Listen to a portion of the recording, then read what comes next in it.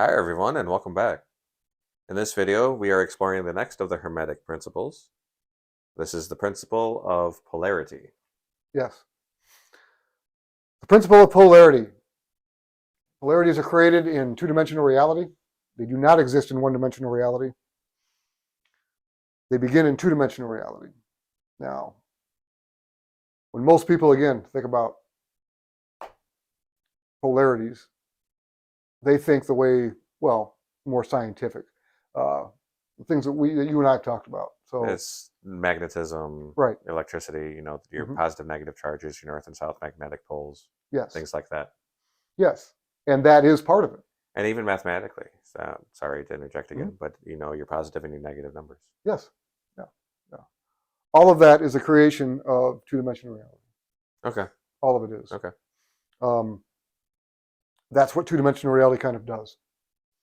And the setup is with the elements. That's how the setup begins. Because it's the power structure, Plato's power structure, where he gives each element two powers.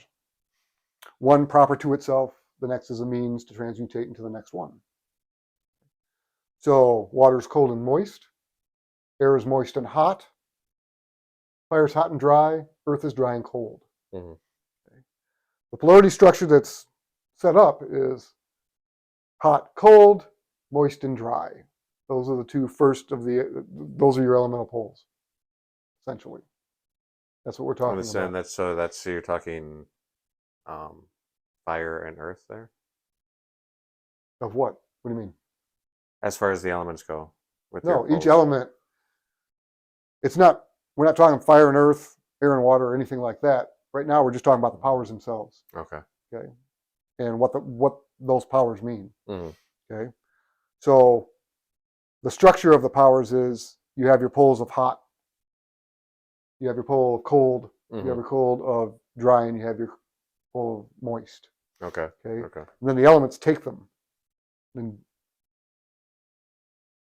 like I said, one element will take on as proper to itself. Like let's start with fire. Fire is hot. Okay. And we know from one-dimensional reality, heat, right, motion, right. hot. So that's proper to fire. Okay. Dry is the second power that fire has. Dry is a means. That's the means for transmutation. Right, into well, that would be, dry. Yep, into earth. Yep. Okay. So when we look at it that way, the poles that we're looking at, or as you brought up before, the elements, hot, dry, cold, moist, that's fire and water. Yes, yep. Okay, so for elemental poles, yes, those are your poles. Okay, air, moist and hot, right? Yep. Earth, dry and cold. Is dry and cold. And each of those, unlike oppositions, don't share a gender. Okay? So you've got masculine fire, feminine water, masculine air, feminine earth. Okay? And those are your polarities. Those are the only polarities in two-dimensional reality as far as the elements are concerned. That's how that works. When you get into three-dimensional realities, that's when you can have one thing that has different poles. There's just different polarities to it, especially when you get into the senses, because we've talked about that before. So if you're talking about taste, you have bittersweet, you have salty sweet, you have salty bitter. Right, yeah.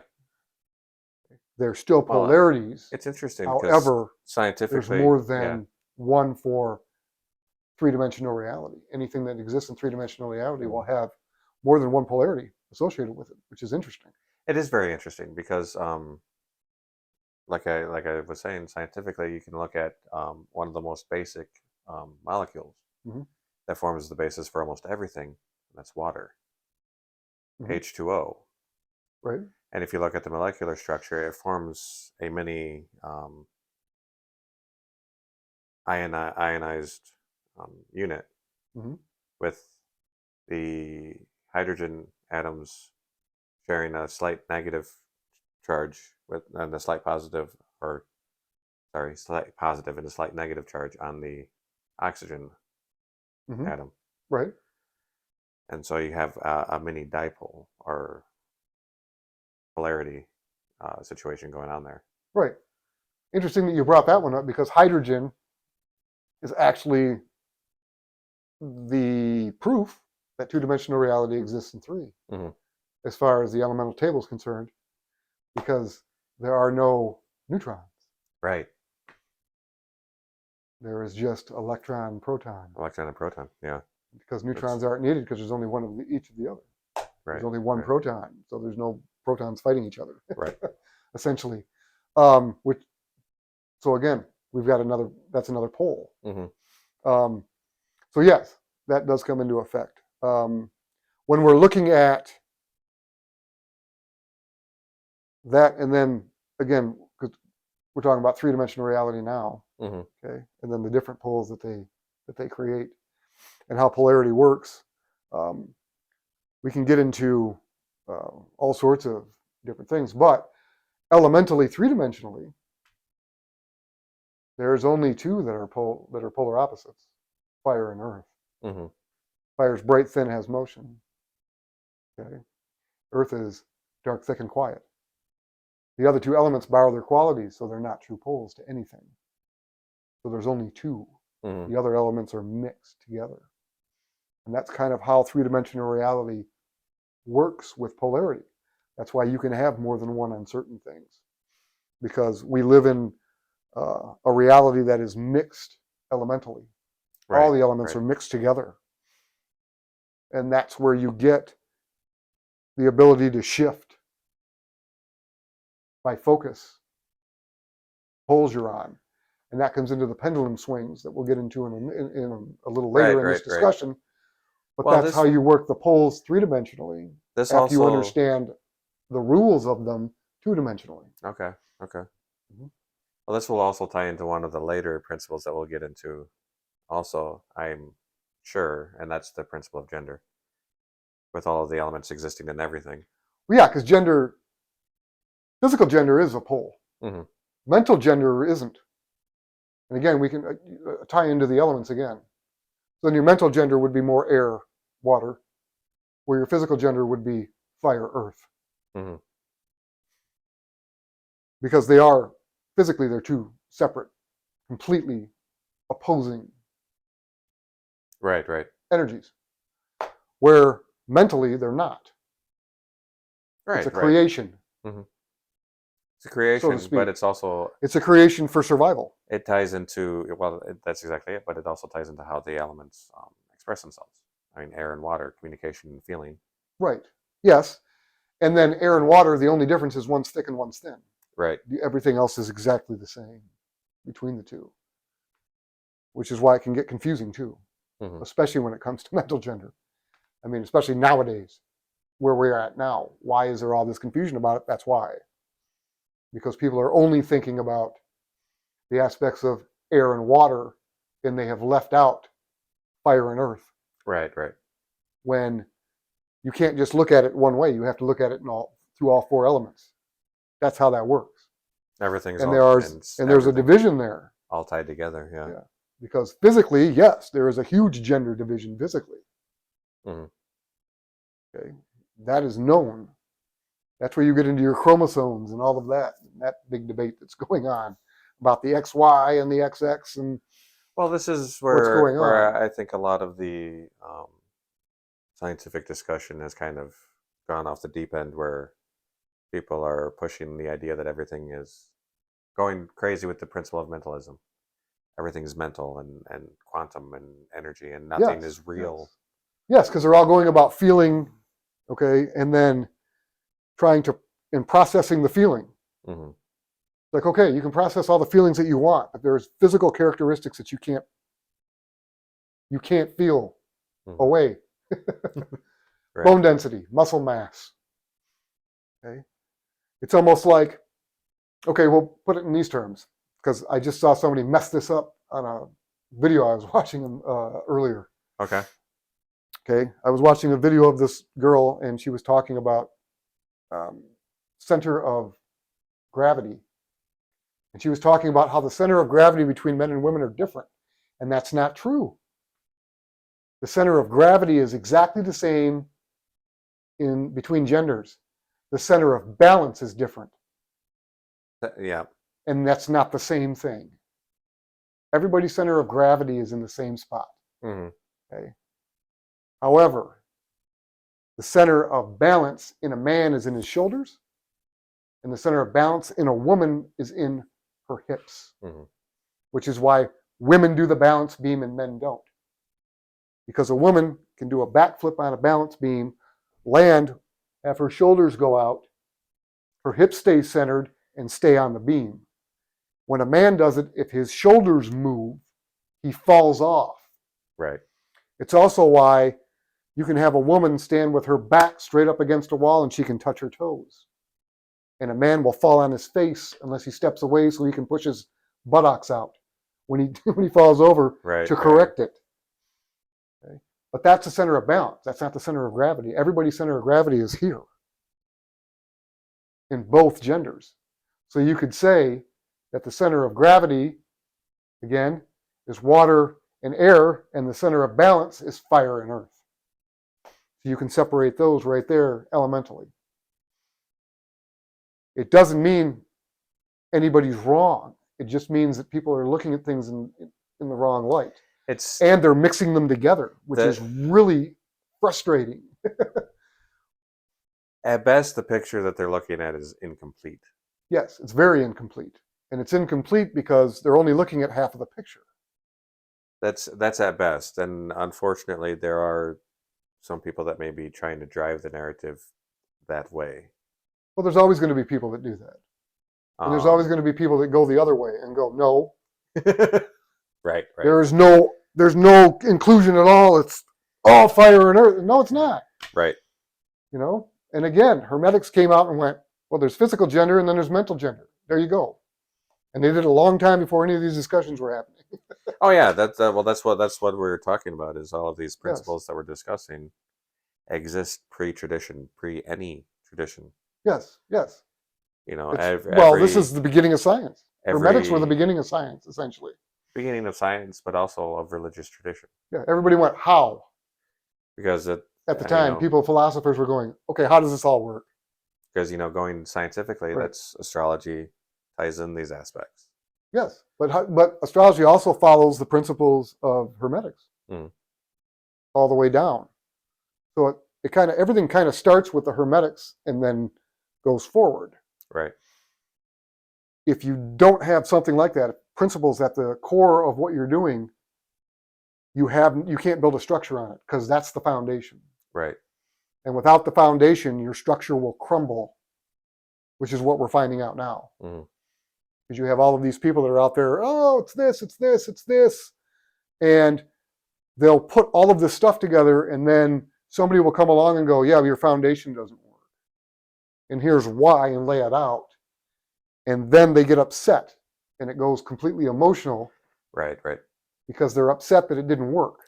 Well, this is also... And that somebody pointed it out to them. Yeah. Well, this is also why we're trying to go through relatively in depth into each of these principles, because it's the entirety of them. Yes. That forms that foundation. Yes. And I've seen a lot of people that really just kind of take one or two and run with it. So a lot of people will do that, but you can't really blame them for doing it. You can in one sense, and then in the other you can't, because I'm not saying a lot of the stuff that's out there where they're learning this from, teach them that. The idea of mentalism comes from the Hermetics. Right. Teachings, but it's not mental, it's mind. Right. And that was a misunderstanding from the beginning. Misunderstanding, and I'm sure because I brought this up before. Too. I like the three initiates. I like the Kybalion. However, that part of the Kybalion is misinformed when they talk about just being mental and not mind. Because mind is more than air. Air is mental. Right. Mind is all four elements together, and we've talked about that. Right. So mental is intelligence, essentially. That's air. Well, fire is spirit. Water is soul. Okay? And the brain that houses it all is Earth. Mm. It takes all of that working together. And that's where I think people lose it. Because they go straight to the mental one, and it's like, yes, if everything was just mental, sure, we could live in a hologram. All of these things could be real. Unfortunately, we don't live in a hologram. We don't. And the reason is because the other three elements can't exist in one. Well, this is the thing with that argument, with that idea with the hologram, is, does it really matter? Well, actually, on a practical level, it doesn't. Ultimately, practically, because we still have to live here. Yes, we do. We have to exist here. We still exist here. You know, hologram or not. Right. We still interact with our environment. We still touch and feel and yes. And well, live when you talk about lives. Feeling, yes, because a hologram wouldn't have an emotion either. It wouldn't be able to feel. It could only think. Well, again, it's programmed. Right. But okay, so where does consciousness then tie into this? Consciousness has nothing to do with feeling. Consciousness is just awareness. Awareness is air. It's mental. You become aware, it's a mental thing. And then you're like, well, yeah, but you can become aware of feelings. You can become aware of feelings, but that feelings aren't mental. No, they're water. Yeah. They're water. Mm-hmm. Right? Yeah. Becoming aware of those feelings, that's mental. And again, that's where we get to the whole thick and thin thing. Where's the line? Well, that's your good luck finding it. Your difference between your psychic abilities and your intuition. Yes, your psychic abilities come through. And what is your intuition? It processes it. There you can find a difference. Okay, this is empathy. Now I can process it. What I'm getting from everything. Except if you have too much water, it's hard to do that. Right. And go, woo, woo, woo, shut it off. Right. But again, that's where sympathy comes in. Because you can use an emotion to help you get to air. By going, empathy's great, but sympathy stops it because now I can feel and go, okay, I'm sympathetic with what you're feeling, but I don't have to feel it anymore. Got it. And I can shut it down. Then I can take that sympathy, pull that in, and allow that to process. And then the processing of the sympathy is where your air comes in and your intuition and goes, this is what it is. This is what it means. Otherwise, if you're around a sick person, you're sick. Mm-hmm. If you're around a mad person, you're mad. If you're around a happy person, you're happy. Right. And then if you get around a bunch of people, you're screwed, essentially. Right. Because you have no control over any of that. Mm-hmm. And that's one of the keys. That's what the fundamentals help with. Mm-hmm. They help you be able to focus on stopping, starting. Where's this end? Where does this begin? How do you process it all? Not only all of that, but they also help you draw a line so that you can detach and process your own stuff. Well, you have to do that first anyway. You can't process somebody else's if you don't know yours. And say, okay, this is exactly what's going on. Example, what happened with me the other day when I got upset and I didn't know what was going on. Mm-hmm. And I had to cut that line and release the anger, release all the negativity, because that was doing me no favors. Right. Yeah. And most people hang on to it. And it builds and it builds and it builds and it builds, and Scorpio comes in and goes, resentment. And I'll never forget this. I'll never forget this at all. And it's like, no. We need to, let's just relax, and just take in a breath. And again, the detachment though is air. Air detaches, and emotions don't. Right. Your water will not detach. Air will help your water detach. But again, it's running through those fundamentals to where like, hey, what's going on with me? I don't know what's going on. Right. And in the beginning, let's announce. Well, in the beginning, when you start doing the fundamentals, that's the point of the focusing exercises. Mm-hmm. And that's the whole first part of the fundamentals. When you get past that, and especially when you start getting into the sensory creation, that's when you start understanding that. because then you have to. Right. Because you have to then break them down into the 4 elements again. And go and think about sight, and then you think about smell and taste, and then you think about touch and temperature, and you think about sound and hearing, and you have to focus just on one at a time. And it gives you those barriers between them. It's important. It's important to focus on one at a time, but it's also fun. To run through. It is fun to run through some of the sensory creation. But you have to do that. Right. Because later on you get into sensory creation, and you have to know which element you're creating in order to create it. Right. Otherwise, again, the mind will take over and start creating anything it wants. And to stop it from doing that, you have to understand, again, the rules, where those apply. And that's why sensory creation comes after sense enhancement. The sense enhancement makes you do it. This is what I'm seeing, what I'm hearing, what I'm smelling, what I'm tasting, what I'm feeling. Temperature, touch. You always have to start with yourself, because if you don't understand where you end, you can't ever understand where somebody else begins. Right. That's how. That's just how that works. Because it would be great if you could just start at sensory creation and go from there.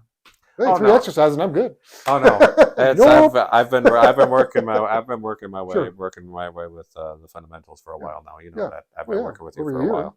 Yeah. But one of the fun parts that I had with sensory creation was hanging out outside when we had all of that cold weather a couple of weeks ago, and it was so cold. Yeah. But I was able to create a field around me where I wasn't that cold. Right. Yeah. I could still feel the wind. I could still feel the cold, but it wasn't touching me. No, I get what you're saying. Yeah.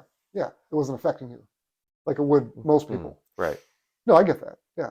And, a lot of martial artists get into that kind of stuff too. They don't do it the same way. They do it in a different way, but it's the same thing, where they can be shoved in some place, and then they come out of it where everybody else is, they're like walking down like they just slept in a blanket all night in a hotel room. And it's like, what happened there? Right. How are they able to do that? Or the ones that swim, right? The polar bear club people that jump into the frozen water. The polar plunge. Oh man. That should kill them, but doesn't, Right. But it's the same thing. It's just training, and it's just training in a different way. Right. Our training is the same. It's in a different way. Gets you to the same result. Okay. However, ours gets you to a result that you just don't go, okay, I can do this now. It teaches you why. The why is behind it. Why can I do this now? How does this work? Well, and the why is important, because then you can go into any situation and be like, okay, what's going on? Now, the why is important. The problem with Western people, and I'm one of those people, is that we rely too much on the whys. And we forget about the whats. Right. Where the martial artists will go to the whats and forget about the why. Well, just do this and you'll get here. Don't worry about why. That's one of the most frustrating things that I found with like Sensei Iha. Right. Who cares? Just do this. I'm not going to sit here and explain it to every single one of these students. It's one of those things. Right, wow, you Western people are crazy. Or you'll end up just sitting in a room talking about it. And you come up with all these great, awesome theories, but there's no practical application for it. And then on the Eastern side, there's all this practical application and no theory. Right. It's just go ahead and do what I do and you'll get to where I'm at. Right. Okay. I've run into that with some of the teaching stuff that I've run across online. Okay. Especially a lot of the Eastern philosophy. Sit and meditate and do this and what yada yada yada, and it's like, okay, how? Right. One, how? And then, is it okay if you can't turn off your mind? Do you want to turn off your mind and your thoughts when you're meditating? Right. Well, a lot of that's culture too, because as you grow up in an Eastern culture, you inherently learn that. Where in a Western culture, you don't, because we're taught to just question everything. Why, how, why? It's the And materialistic so many science, people end up, like, again, sitting in a room with other people, and that's all they do all day is go back and forth. Mm-hmm. Or they get into proving. Right. Oh, that drives me insane. And it's like, well, that's a great equation you've got on the board, but what does that actually do? Nothing. Right. Well, it proves that this concept works. It's like, actually, it doesn't, because nobody's able to do it. Your little equation is awesome, but if nobody can, if there's nothing practical to it, what's the point of it? Right. You know, it's a nice exercise, mental exercise, but if you can't throw anything practical out of it, who cares? Mm-hmm. You know, it's like we've talked before, like string theory and all those different ones. And it's like, okay, let's say you come up with an equation that can prove string theory. What can you do with it? There's not much. Nothing. Okay. There's not much practical Can you because cure it cancer functions at with string theory? No. Can you utilize it to help you do that in some way? Maybe. in theory, you should be able to scale it up so that you can do these different things. Right. Practically, they haven't found a way to do that yet. Right. And that's all of But this. most people aren't working on that. String theory Right. and quantum theory and all of that works at scales that are so small, they don't make any difference to us. Right. It's like, I mean, at this point, at this point, it really there may be a breakthrough later down the road, but at this point, there's not. We live, like, again, three-dimensional reality. We live matter-based. Protons, electrons, neutrons, cardinal fixed mutable, as far as, like we talked about astrology. Marrying all of those together, there's practical applications there. When you get below that, which is where quantum realm goes, there's really no practical way to work it, because our reality really doesn't exist down there. Well, essentially, to a point where you can do something with anything recent that's come out of, or the biggest thing recently that has come out of quantum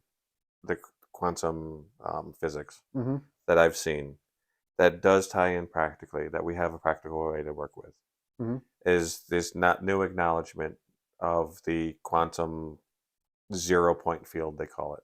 Okay.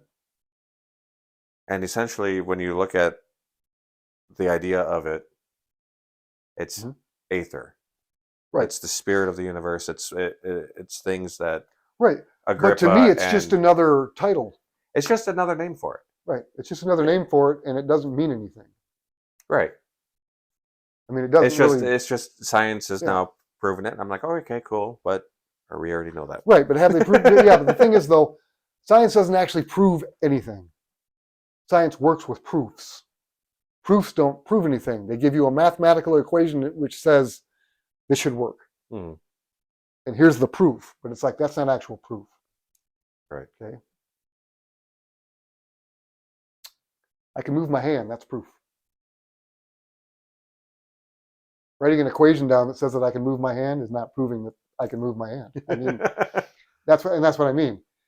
We get too caught up in theoretics, especially in the West. But we're infiltrating everywhere in the world now. So I mean, so is everybody else, and that's where we've gone. And then when we do get something that's great and awesome, usually we make a weapon out of it. That's some sort first. That's our first step. How do we utilize this to kill people?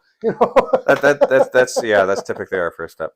And usually it's not that. It's how do we use this to stop people from trying to hurt us? And it's like, by making something that can hurt more of them than they can hurt us. Is that how that works? So that's usually how it is. How would this concept then kind of play into like self-healing?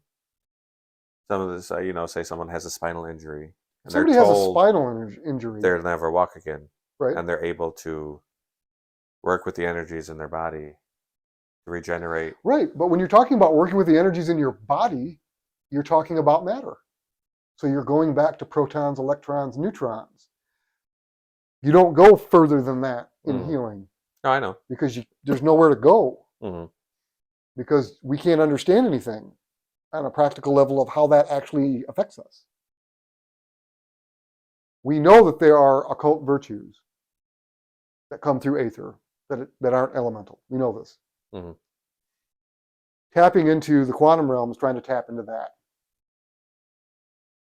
But that's trying to figure out how the all works. Mm-hmm. But if you can't understand or comprehend what the all is, you're never going to understand how it works. Right. Because it's not a part of you. Mm-hmm. That would be like a cartoon trying to figure out how we work. I mean, a cartoon. Something that lives in two-dimensional reality, or is created in two-dimensional reality. No idea, because they have no idea what three-dimensional reality really is. At all. Mm-hmm. We can interact with them. They really can't do much for us. It's like looking at a file or something that you created in Windows. Okay, so Office. And you, all right, got this file. And it's like your computer crashes. All right, I'm going to open my computer and I'm going to go in and get this file out. You know you're not. Because your file doesn't exist. Yeah. It exists in two-dimensional reality, but we need monitor, we need computer in order to access it. Because even though it does exist here, we can't actually go into two-dimensional reality and get it. Which is why we can't do the same thing in a computer, because it's not actually physically inside that computer. It's created in two-dimensional reality that we can interact with, but that's as far as it goes. Because we can't walk into the screen either and go, hey, I'm grabbing this file and bringing it with me out. It would be nice, but that's not how it works. Right, right. But it's kind of the same thing. But when you're talking about like physical healing and doing things, you're manipulating, what would you call it? You are manipulating, well, matter. And you have to understand it. Mm-hmm. Because it's not like you can just sit there and go, okay, I'm going to manipulate my protons, electrons, and neutrons now, and I'm going to fix my spine. Because your brain's going, how? What? Yeah, what? How are we doing this? Which ones are we? And then you can, again, you go back to like the astrology, and it's like, okay, well, what energy are we actually moving? And what are we trying to change? What are we trying to do? Mm-hmm. Okay, and then what do we need to understand in order to do that? And it's like, well, you understand the breakdown between fire, between two- and three-dimensional reality. Because we said it was hot and dry in two-dimensional reality. Well, okay, great. It's hot and dry. How does that help me? Really doesn't. And you go, okay, well, what is it here? Well, you're dealing with fire, it's personal expression, creative expression, spiritual expression. Okay. So it's Aries, Leo, Sagittarius. Yeah. Okay. It's like, all right, now I know, or I have an idea of what I need to work with. Okay. And then you go, is it even fire? And you're like, well, and you're like, is it personal expression? Is it creative expression? Is it expression? Okay, it's not expression. There goes fire. Right? It's like, well, what is it then? Right? Mm-hmm. It's like, well, what was the injury? Was there an injury? Was this person born this? And that's where you have to start questioning things. What astrology does is it gives you a structure to work on and to work with, because it incorporates different parts of the body, it incorporates the endocrine glands, it incorporates the nerve plexus, which is where you're probably going to want to start, because you're like, spinal injury, nerve plexus, hello. Nerves, yes. Okay, nerves. What's going on with the nerve plexuses? How come the nerves aren't working, or the communication, or the connection's not working right? Mm-hmm. Again, then that gives you an idea. And you're like, okay. Is it the fact that we can't get electrical impulses down? Let's see, electrical. That's fire. Oh, it could be fire, couldn't it? I was just going to ask, because it's communication with the brain, so that's air, but electricity. Right, but if it's an electric impulses are fire. But it's also moving through something physical, which is earth. Right. Okay. And it's flowing, which is water. So which one that's where you have to start breaking it down. Mm-hmm. And trying to, and that's the hard part about healing. Mm-hmm. I mean, if it were easy, everybody would be a healer. Right. It's not easy. And it shouldn't be easy, because when you can heal, you can disrupt. Right. You don't want a bunch of people going out and getting pissed off. I mean, look at the road rage people, what they would be doing every day if they could do that. Oh dear. Oh dear. You know? Yeah. So Oh dear. realistically, Yeah. that's how the practical aspects start working. Mhm. But they start in matter. They don't start, you can't really start below that. So essentially, if you're thinking metaphysically, you have to work the matter aspects out first. Then you can start thinking about the occult virtues. And it's like, well, how do you just pull in occult virtues? Well, occult virtues are in things.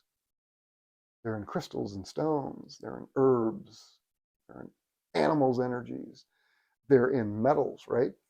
And then it's like, okay, if we know it's in this particular stone, we can use that stone Interesting. Okay. when working on a person. So that's where a lot of the Right. old It gives you a traditional- structure to go, okay, this stone will give me this metal will give me this herb will give me this, okay, this animal totem energy will give me this. And in the past, it was, let's rip this animal apart, and it's like, no, let's not use dead animal. Let's use live animal energy, which is totem energy, which is a better way of doing it. Right, right. And Because that it's was still and that's alive. and that's a fantastic thing that we got from the native cultures, especially here in the West. Yeah, in the West, yes, especially here, they're like, you don't have to kill everything to get everything out of it. You can utilize the energies of them. And it's fantastic The using bear, the this, that, totem that. energies, yeah. But even when you go to the Eastern ones, they were doing the same things. Everybody has in their culture mixes between animals and humans and all sorts of different healing things. But again, a lot of them will rip the thing apart. Mm. And I'm not saying no Native Americans ever did that. I'm just saying that a lot of them we're using, wolf energy, bear energy. And a lot of them, it was, which one is connected to you? Right. Where you get your, this is my totem, and this is that, and that, and that, and that, and that. And it helps with your behavior, and it helps with this. But then it's like, yes, but you can also use that to go and to work into another person. Mm-hmm. But you have to understand the energy. Right. Right. You have to know what it does. Yeah. If you have somebody who's overweight, and they're overweight because they're gorging themselves, and you're like, well, okay, what's a small animal with a lot of energy? A wolverine. But wolverines are not what you want to use. Okay, because part of the energy of the totem of the wolverine, okay, is appetite. They have an unbelievable appetite. Well, don't do that. And ferocity, that's typically not a. Well, yeah, but ferocity can help you jump on a treadmill and keep going. Okay. The problem is, though, if the animal also happens to be a glutton, right, and you have an eating problem, that's not the animal to use. Right. You want to use an animal that's different than that. Right. People are like, well, what about a bird? Because they say, you need to eat like a bird. And it's like, well, a bird eats 3 times its weight every day. Let's not go for a bird. We want to use something different. Like, let's go for maybe some sort of a sea animal that only has to eat once every 6 months. That might be some energy that we could utilize. Oh, man. Okay. Right? Okay. Oh, this thing only has to, like those giant snakes. Oh, this thing just ate a cow. It doesn't need to feed for another, 7 months. Like, well, that might be something there that we can utilize, right? Except don't eat the cow. Right? But again, and then it's not, you don't just want to use one. You want to use, again, the whole transmutation cycle. You're going to cycle through the entire. You want to cycle through it and continue the cycle. But again, that's helping people in that aspect. So as far as healing goes, that's how that would apply. Okay. Getting back to the polarity stuff. I was just going to ask, how does this tie into the pendulum swing then? Okay. This doesn't. Okay. For the most part, pendulum swings. That's where I disagree with some of the 3 initiate stuff in the Kybalion. Where a lot of people get their Hermetic stuff. And it's because in two-dimensional reality, the swing goes up and the swing comes back down. And that's the cycle. Okay? So if you're like, okay, I'm going to put all this energy into getting my career going and everything, and it's like, yeah, my career's going up, but it's going to hit it's going to hit its, what do you call that? It's zenith or yeah, peak. Yeah, it's peak. It's going to go back down. No matter what you do, it's going to go back down. And you're like, oh boy, now things are going to get bad, and they're going to get real bad, and they're going to get real bad, and they're going to get real bad. And then I got to wait for it to go back up. And when you read things, like the Kybalion and stuff, and they get into the pendulum things, it's like they want you to like walk the middle. And it's like, well, there's no growth. There's no growth at all. And two-dimensionally, it's true. There's not. Because you have a pendulum. And when you're riding a pendulum, the pendulum it's going it's just going this direction, and that's it. When you hit three-dimensional reality, you can go career. Oh, it's starting to go down. Jumping into family, and I'm going to ride this one up. Oh, wait a minute. Okay. And people will be like, oh, so you can just keep riding all of them up. Well, they're all going to come back down. But you can continue, because you're going to have to come down a little bit, because you can't keep up here. That makes absolutely no sense. Oh, my career, I'm going to jump over. My family's great. And I'm going to jump over here, and this is great. This part of my life is great, and that's part of in every area of my life. No, it doesn't work that way. You have to start the downward swing. Okay? But you can get to that midpoint again. And as soon as you hit that midpoint, then you can shoot over to the next area and ride that one up. And focus on that one going up. And when that one comes back down, and essentially the comeback down is you hit your zenith and you're comfortable, and you ride it as it comes. You don't have to put as much energy into it. Things are going well. And then it's like, well, I got some stuff coming up that's not good. Well, I'm going to focus on this, and I'm not going to worry about that aspect of it now. This is where I want to be with it. I'm going to come over here. Because when I was focused totally on my damn career, I forgot about my kids. And you come down and, oh, my kids are down. Let's bring them up and family. So you focus on that. Then you hit that zenith. And that zenith could be they go to college and move. Oh boy. Okay, now what do I do? Well, a lot of parents will go and keep going down, and they're all depressed because their kids are never around. And but again, it's like, okay, jump to something else. The empty nest, yeah. Another part of your life, a hobby, something that you do. And you keep riding them. And you don't have to ride them all the way to the zenith of, oh my God. As soon as it comes, you can unfocus on it. And if you unfocus on it, you'll start coming down again. And then just start riding the different pendulums. The problem is you have to know what the pendulum swing is. That's two-dimensional. So you start working 2 dimensions. Because you want to know where you're at on the swing. And you won't know where you're at on the swing unless you get on one and ride it up. And you'll never know where the midpoint is until you start going down. Then you're like, okay, that was the midpoint. I'm going to ride this one down a little bit, and it's going to come back up. But again, you don't have to go to extremes. When you start working 2 dimensionals, small things. Okay? I want to start exercising more. Ride it up. Exercise a little bit. Don't go, I'm going to do P90X. No.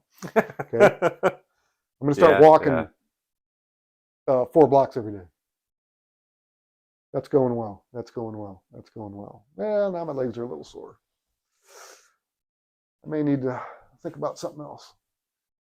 Thump. That's when you can get that and go to the next extreme, the next one. Start riding that one up. Again, small successes. Come back down, find the midpoint. See when it starts to go down a little bit, switch. Okay?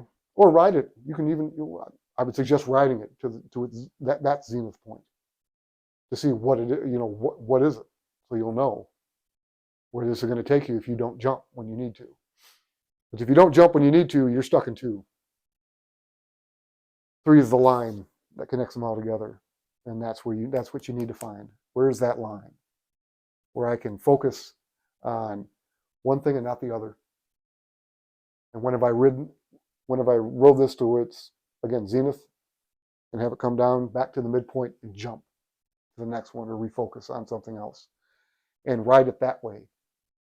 Then you can continue to go from midpoint up, midpoint up, midpoint up, midpoint up.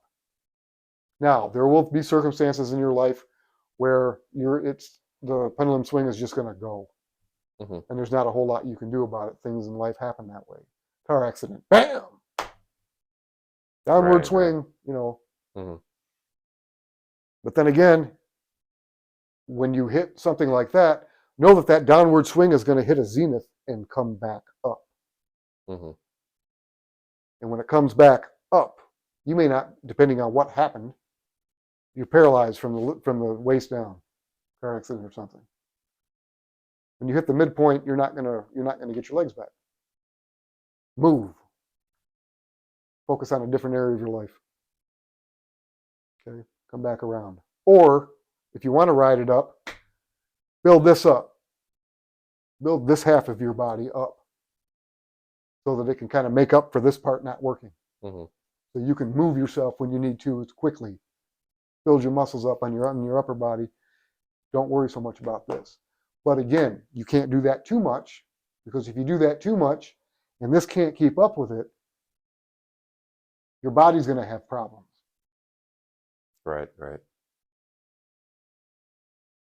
You can take some of it, but you're not going to be able to look like a young Arnold Schwarzenegger up here, okay, and have nothing down here. That's not going to work.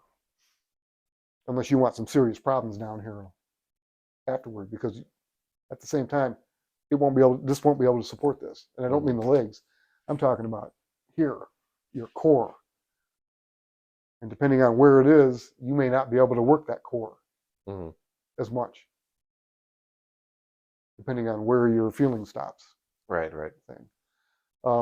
But again, also, if you were an athlete, you can ride the zenith up and become, maybe one of the disabled athletes, because they have a league for those. Mm-hmm. Okay. Or you can pick a different area in your life to move up on, like Reeds did. Mm-hmm. But he was from here down. Right. Essentially. But instead of, ending it all, or getting caught, just lost in depression and just and go vegetative, essentially, and in a depressive state, he switched focus in helping others. And he became an inspiration for millions of people. Right. Yes. Even though at one point, and I believe it was his wife, somebody said this that knew him real well. Mm-hmm. He looked at his wife at one point and went, "Maybe we should, we should just end this." And he was talking about getting him off the machines and just letting himself go. Mm-hmm. And that would have been writing the negative aspect down completely. Right. He also didn't trap himself into a delusion and go, "Well, I'm going to get my legs back. I'm going to get out." And it's like, no, you're not. Not everybody can do that. Depends on how, the injury, how bad it was. Not everybody can just sit there and go, "Okay, I can heal myself." It's a good state of mind to have, but you have to be realistic with those things. Well, you have to be realistic with them, or you're setting yourself up for failure. And you don't want that. Failure and disappointment. Yeah. Little successes, like I said, little successes or success in a different area than what you may have wanted. Make the shift and go, and the pendulums will help you get there. That's what the pendulums do. I think a lot of that also ties into your faith too, some of it. Well, sure. When it comes to healing and stuff like that. Because my grandpa was disabled. Yeah. And a believer. Always believed his healing would come. Right. And he passed away still not healed. Right. Yeah. But it was his testimony of faith that he didn't stop believing that made the largest impact on the people around him. Yeah. But it was still diluted because it wasn't going to happen. at the same time, because I don't want to poo-poo on that whole thing. That's not what I'm saying. It's great to have that. But at the same time, that there someplace in him, he was saying, it's not going to happen. Mm-hmm. I'm going to believe that at some point this is going to happen for me. But what else did he do? Did he sit around and just go, I'm going to wait until my healing happens and otherwise I'm done with everybody around me. I'm not going to do anything. I'm not going to reach out in any other area. No, he did his, he switched. Yeah. Obviously. Mm-hmm. It's not bad to hold on to things like, some point, but you can't hold on and wait for it to happen. Because if you do that, you're going to waste a lot of time. Mm. And you're just going to be stagnant, and you don't want that. Right. It's like walking the line. He didn't get stuck in the two. Right. He went to something else, but kind of went, I can come back because I know it's gonna heal. And if he ever felt that happening, he could jump back on it instead of going, this will never happen, and essentially just destroying that entire pendulum swing. Because you can do that too. You can kill your own pendulum swing. And that's where you get a lot of people that are miserable and, alcoholism and all that kind of stuff, they use to. Oh, wow. Okay. Try to make themselves feel better, but it's not really feeling better. Mm-hmm. It's just masking it. Right. And making the delusion seem more real than it is. Mm-hmm. But at the end of the day, it's still delusion because you can be drunk and go, hey, I think I felt my hand move. Yeah, I felt my hand move. And then you wake up the next day and you go, nah, my hand's not moving. But does my head hurt? Things like that. So that's how the pendulum swings work. But again, you can't understand three-dimensional pendulum swings until you understand the two-dimensional pendulum swings. And understand that midpoint is one dimension. It's that point. It's like a point in mathematics, one-dimensional point. Right. Okay? That point where you switch is one-dimensional. Because one-dimensional is just measurement. Extreme to the next, extreme to the next, extreme. Move from element to element to element to element. You can do that, but you can't. There's nothing to work. Because in one-dimensional reality, the pendulums don't exist. It's just the line. And then the pendulums are your two-dimensional reality, and then being able to work them together is three-dimensional reality. And that's where you start getting your understanding of how 1, 2, and 3-dimensional reality works, how the elements work through them, how we can work through them, and how you can implement them into your life. That's what the pendulum swings are all about. But again, when you read books like The Kybalion and things like that, they kind of lost, to me anyway, it seems like they've lost that. And they get into just, no big swings because it's going to come back the other way. And it's like, well, two-dimensionally, that's true. But three-dimensionally, it's not. Because even though it's going to come back the other way, you don't have to be there and ride that one. You can jump on another one and ride that one up. Well, and when that comes down to the midpoint, you can go to another one. Interesting. And inherently, some people just know how to do it. You met people like that. Oh yeah. Things seem to be good for them all the time. Like, well, my job is going, I didn't really like it, so I started doing this. And I just started focusing on my kids, and things started getting better. It's like, okay, Yeah. And then we got my kids going, and I decided, hey, I used to like this when I was younger, woodworking. I started doing woodworking again, and I feel great. It's awesome. I'm getting such a thrill out of it. Things are being. You get back, you're like, you know what? I'm sick and tired of working with wood. I like the sawdust. It's in my nose all the time. It's I decided to write a book. Do something else. Yeah. And keep moving and keep riding. And there are people out there that inherently know how to do it and have no knowledge of hermetics. But inherently, at some point, they tapped into it. Okay, and at an unconscious level, figured it out and know how to do it. And that's great. Or it could be just an occult thing. And they have an awareness of it, and they're not sure why. So that's the important of it.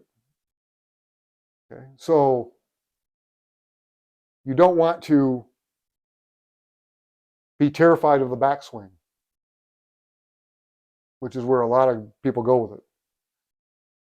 You want to understand the backswing. You want to be concerned about the backswing, because if you don't, it'll happen. Ride what you can ride. When it comes back to midpoint, jump to another thing. That's what hermetics will teach you. That's what working the pendulums will teach you. And you just don't go to extremes. You start out low, but don't stay there.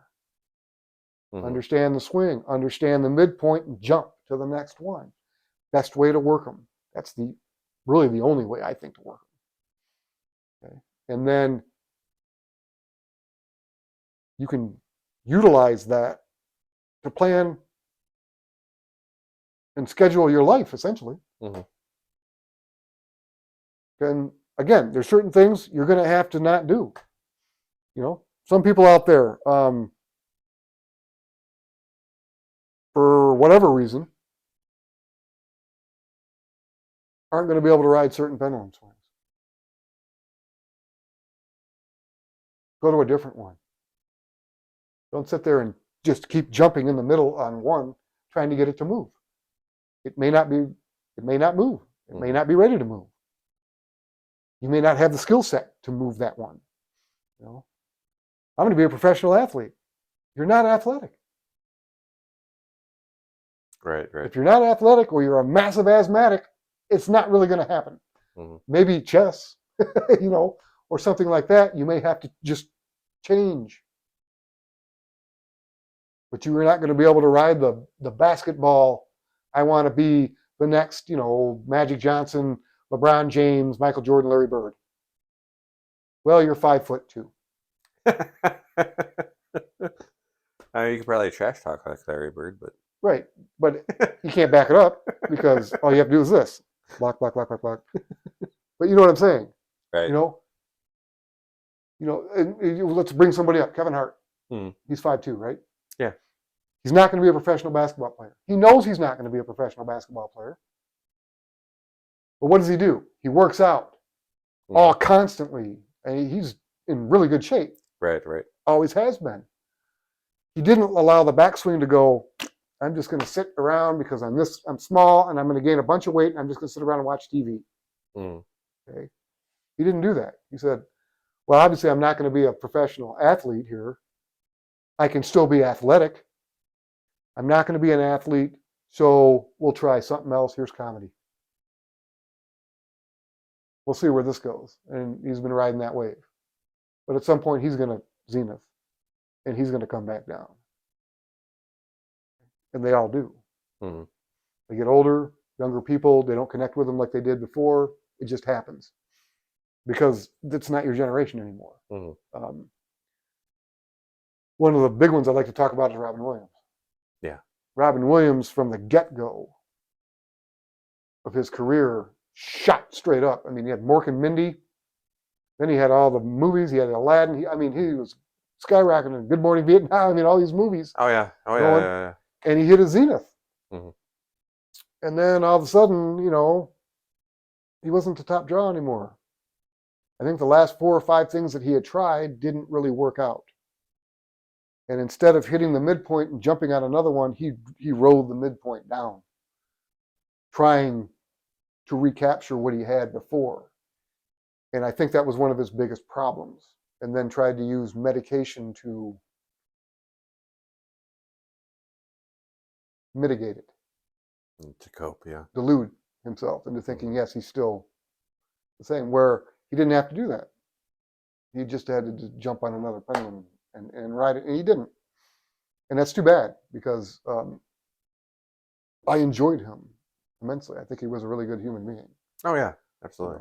You know? And even if he wasn't a comedian, I think he would have been a really good counselor for somebody, because he was very empathic and intuitive with people. He would have been fantastic. You know, I mean, one of the and he could have been like, I'm not going to. Okay, so this isn't working out. Mm-hmm. You know, he's way up here. He's like, it's starting to come down, and he hits the midpoint and starts going down. He's like, okay, movie star isn't going to work anymore. Let's go back to stand up, because there have been comedians that have done that. Yeah, and that's taken off for him, because they hit a new groove, and it captured a different audience.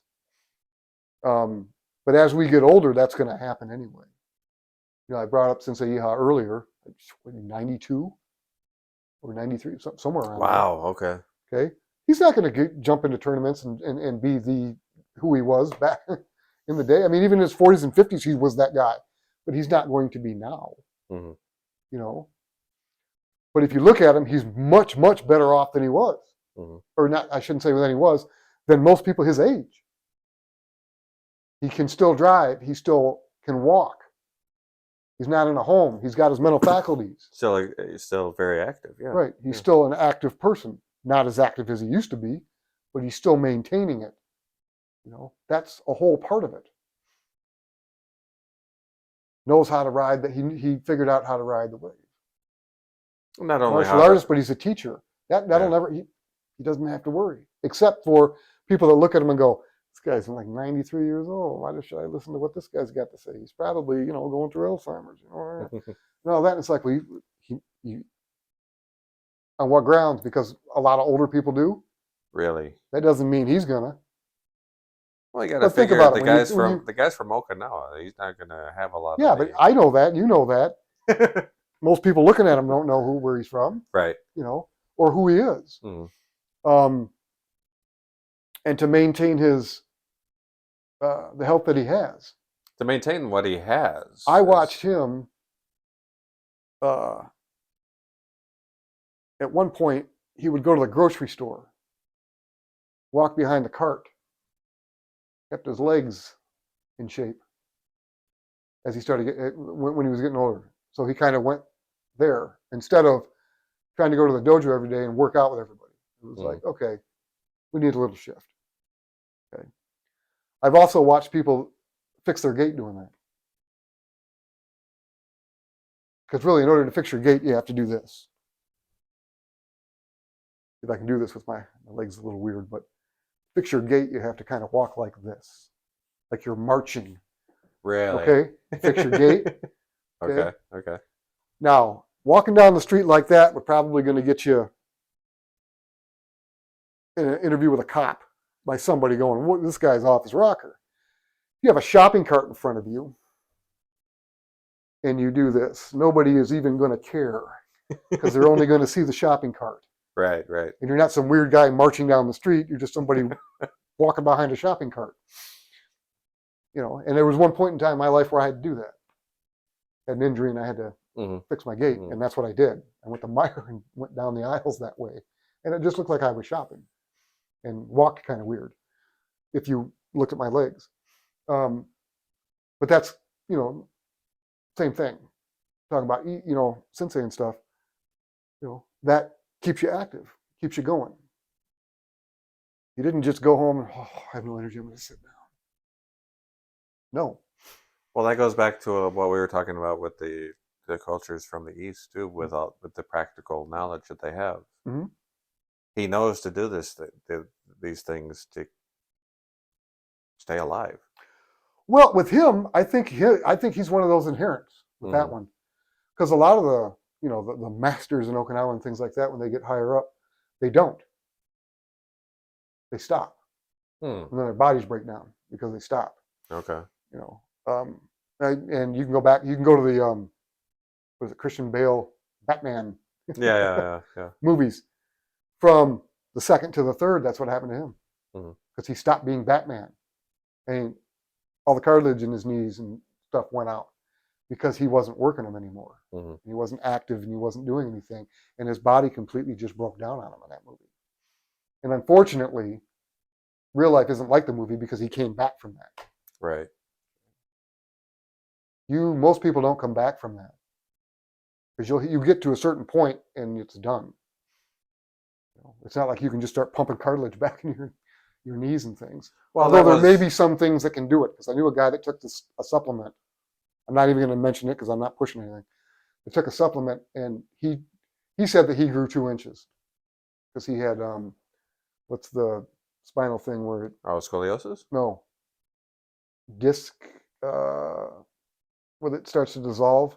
Oh, okay. You know what I'm talking about? Yeah, I know what you're talking about. I can't remember the name of it. I can't remember. I can't think of the. He had that, and he said after he started taking this, after a year, he said he grew like 1.5 inches. got back in his spine because the cartilage came back. It wouldn't have been the cartilage. Well, whatever. It was because if the shrinking is in the bone, so it's the calcium. No, his bones didn't shrink. It was what was between his bones Oh, really? that did it. Okay. Yeah, it That's was the cartilage. that would be the cartilage. Yeah, That's the and he said cartilage, that this yeah. stuff replaced the cartilage somehow. I can't say that worked. I don't know how. I don't know why, but something Huh. happened. But I mean, Curious. those things can Okay. things like that can happen. Yeah, things can happen, but You know, Speaking people of that the- have, you know, that are diagnosed with stage 4 cancer, that are supposed to be terminal, and then beat it. Well, Yeah. how did you? You know, how did that? You know, again, half the time we don't know. You know, Right, but, right. Well, it's and there are But there getting are off all that because we went way off the subject. But getting back to polarity, I don't want to get into this discussion because it has nothing to do with our discussion.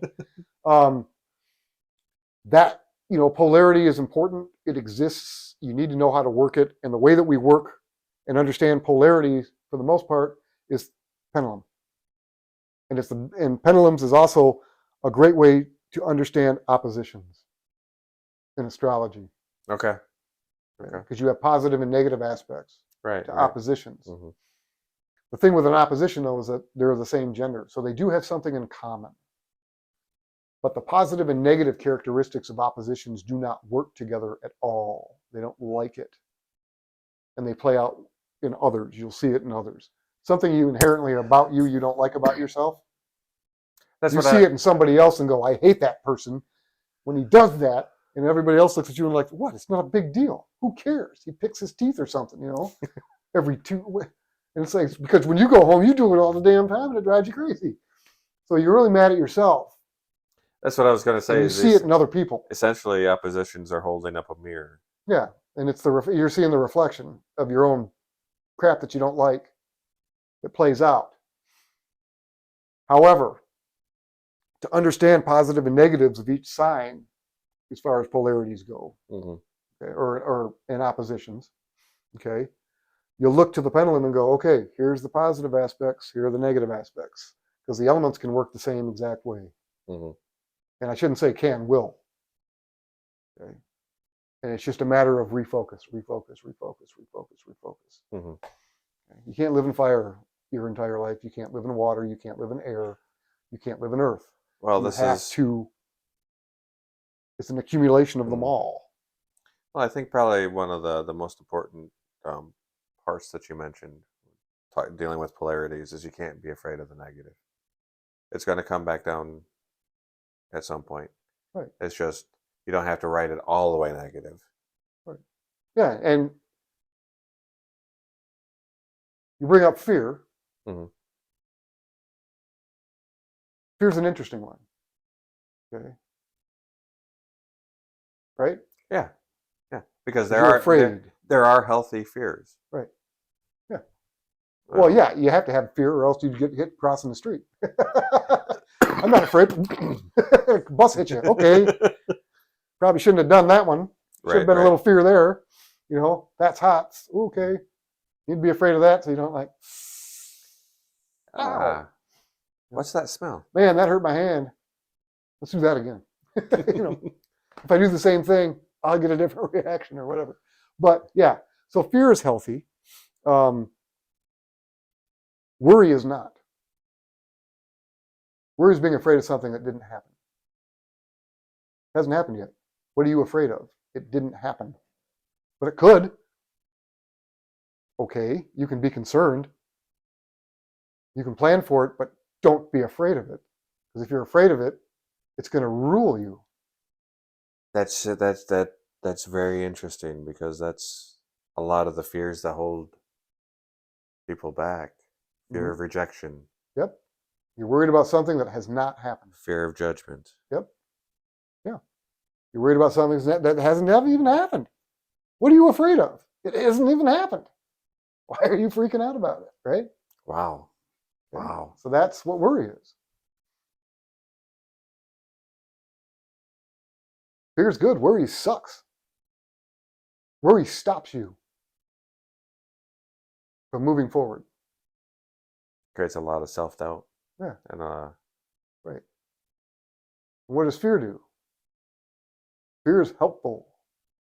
Helps keep you alive. Yes, it helps you survive. Worry doesn't.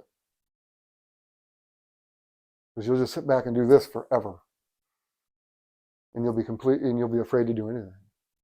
Because you're worried about an outcome that isn't there, hasn't happened yet. There's no point for worry. There's no point to it. Interesting. Yeah. Interesting. Yeah. What are you worried about? So I'm worried about this. Has it happened? No. Then why are you worried about it? Wait until it starts to happen. Then you can worry about it. But then it's not worry anymore. Because it's here. Mm-hmm. Then you're just afraid. Right?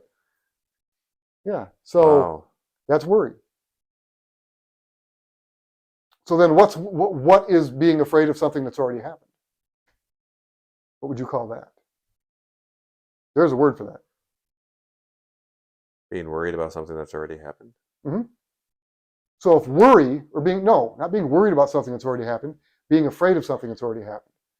You can't be worried about something that's already happened because that's not worry anymore. Worry is being afraid of something that hasn't happened. Okay. So what do you call being afraid of something that already happened? What do we call that? I'm drawing a blank. Well, think about it. I'm trying to. Yeah. I mean, there's a few words out there that right?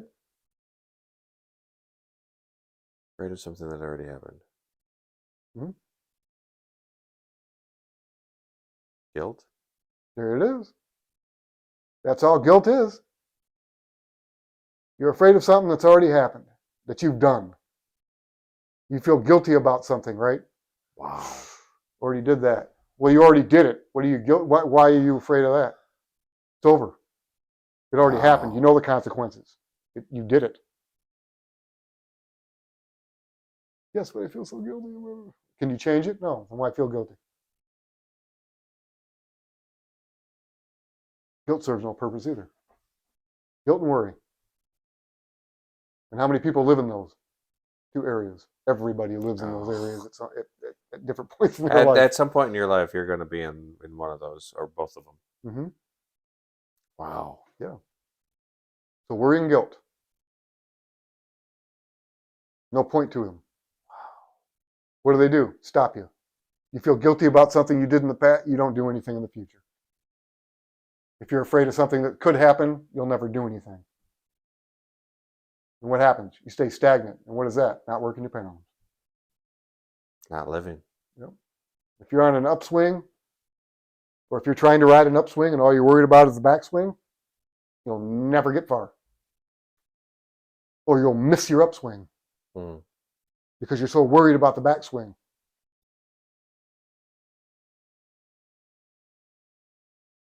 Or if you've already ridden a backswing and you're terrified of riding the upswing because you already hit the back.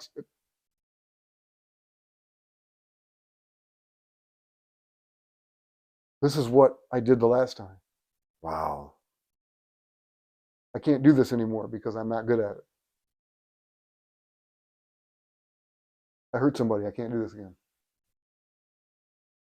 You'd go on one date. You date one person, hurt them.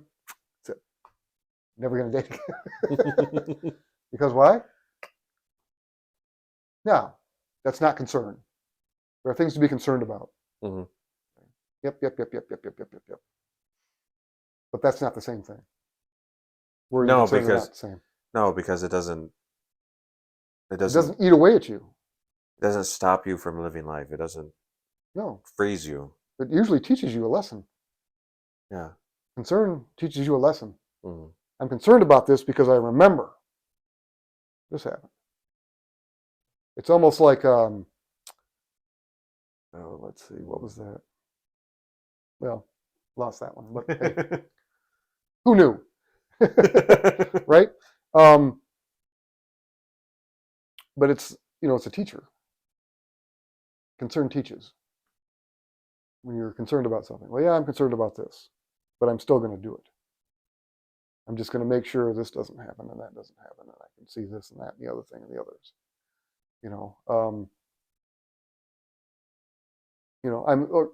Let's talk about this. I'm concerned about unintentional consequences of something that I've done. Okay, I'm concerned with that. Okay, Well, let's try to plan that out so it doesn't happen when you do it. And I'm concerned about it because it's happened before. Okay. But because it happened before, I've learned a lesson as to not, if I try it again, not to do this. And then it won't be a concern. But worry, on the other hand, yeah, I'm worried about that. I'm not doing that. Well, okay. Yeah.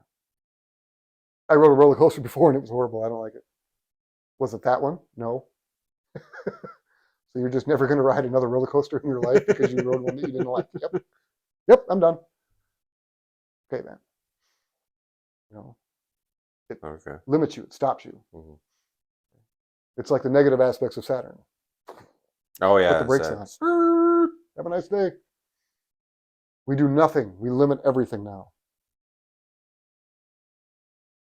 And then live in this little tiny bubble of our own that is useless. Wow. Yeah. But again, pendulums. Start learning the pendulums, and you can get rid of not all your worry. You're never going to get rid of all your worry. You're never going to get rid of all your guilt. But you're going to be able to downplay it. Okay. And then, and again, guilt is a word that you could use, but that's something we've done. I feel guilty, so I can't do this anymore. Okay.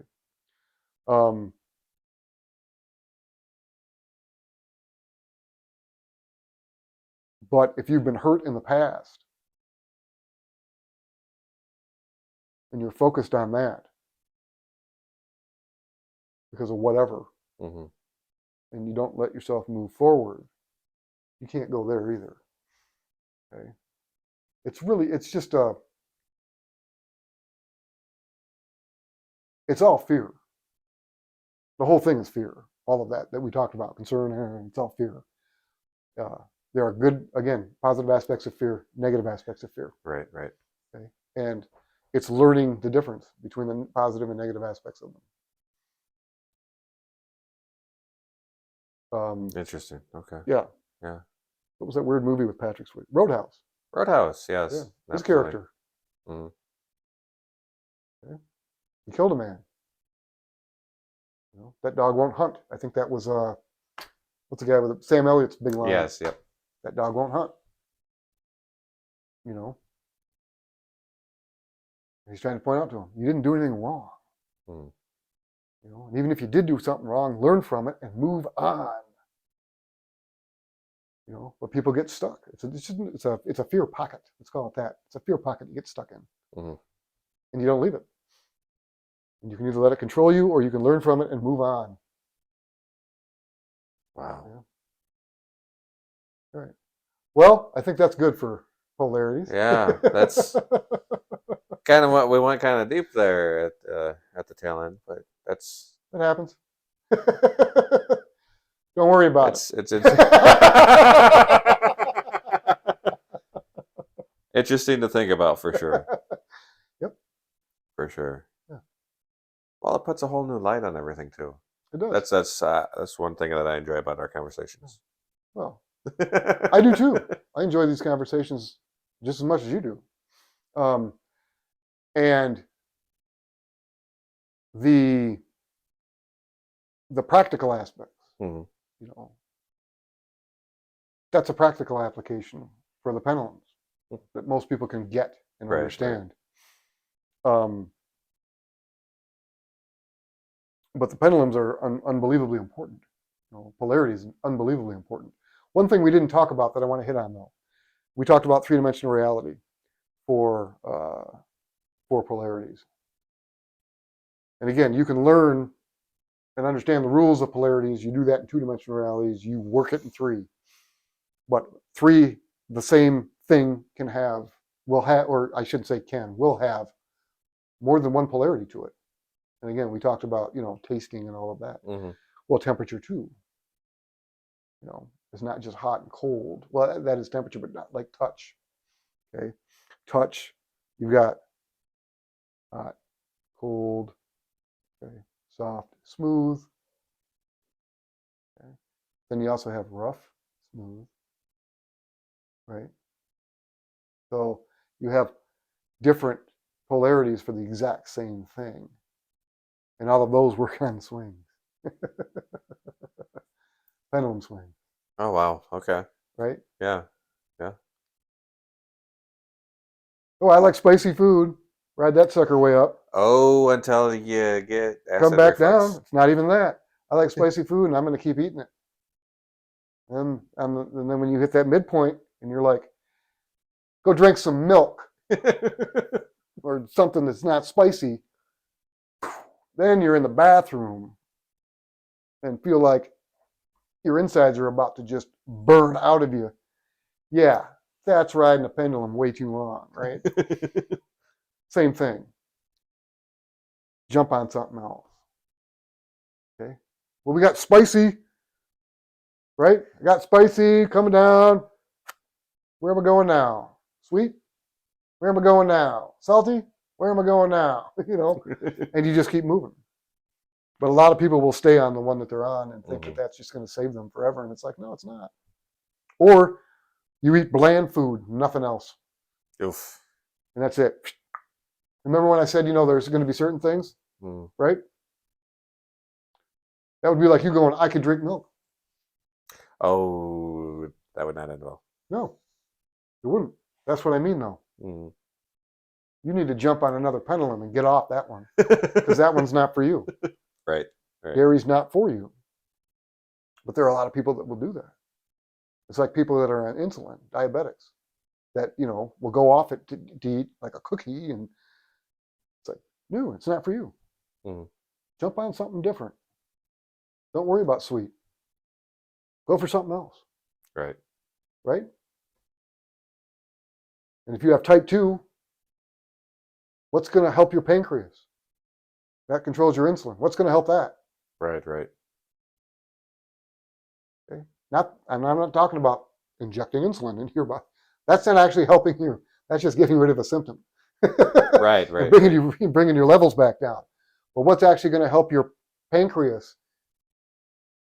To help realign. Yeah. Right. Realign it, get it working smoothly.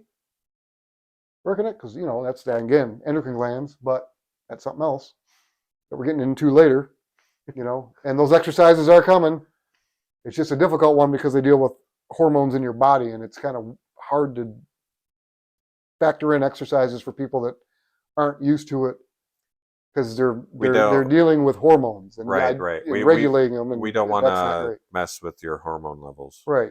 So I think again, yeah, we're going to get into just blood flowing through them and the organ the gland themselves or the glands themselves. And making sure that they're that they're working proficiently, and if they're not, try to figure out what's going on with them. Right. And not trying to release or contain hormones, because that's not going to end well for most people. Okay. But yeah, I wanted to hit on that real quick before we ended this one. Yeah, absolutely. A very important topic, very, very key principle to the foundation of everything. Yeah, well, all of these principles are unbelievably important, and most people don't realize it. They're like, oh, polarity, I know what that is. I don't need to read about that. I don't need to work on that. I have no idea about polarity. Yeah, I know all the things. I know everything I need to know. It's like, oh, okay. Well, but most people have no idea. Part of what I enjoy is the practical aspects for what we bring to everything. Well, without practicality, there's no point. That's the way I look at it. There has to be something practical, or else you're doing what everybody else does. Right. You're just talking to hear yourself talk and trying to get other people to agree with what you believe because it makes you more confident in what you believe because you got somebody else to. Without anything practical coming from it. It's like, okay, well, what's the point of that? That's just a bunch of waste of time. That's how I look at it. Right. Right. You want to put an equation together, that's great. Put an equation, work on an equation that's going to help cure cancer or do something helpful for somebody. That's what I've enjoyed about my journey so far, learning all of this from you and continuing my own faith journey, when it comes to spirituality. Practical side makes it real. and it helps solidify everything. Right. One thing on that. It's not that you're learning it from me. I'm just facilitating you learning it on your own. Right. Yeah. I'm just helping facilitate how you're learning it. That's it. Mm-hmm. Yeah.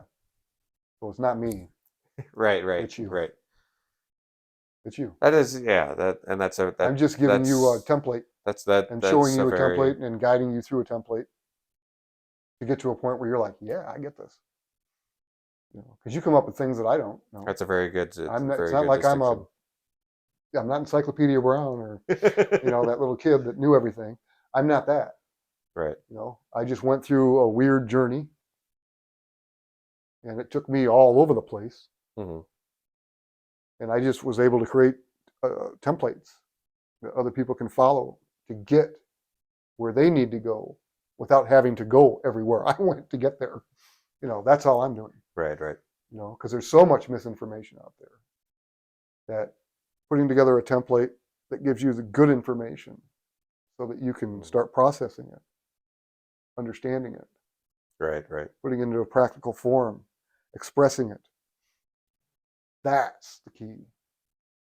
And to that end, using your templates and things, yes, my journey is looking completely different from what you've gone through and where you're at. Yeah, and it should, because you're not me. Right. You're you. Mm-hmm. You're not me. You're gonna come up with things I never thought of, never hit me, never that I didn't experience. I'm gonna learn, and I have, especially with the math.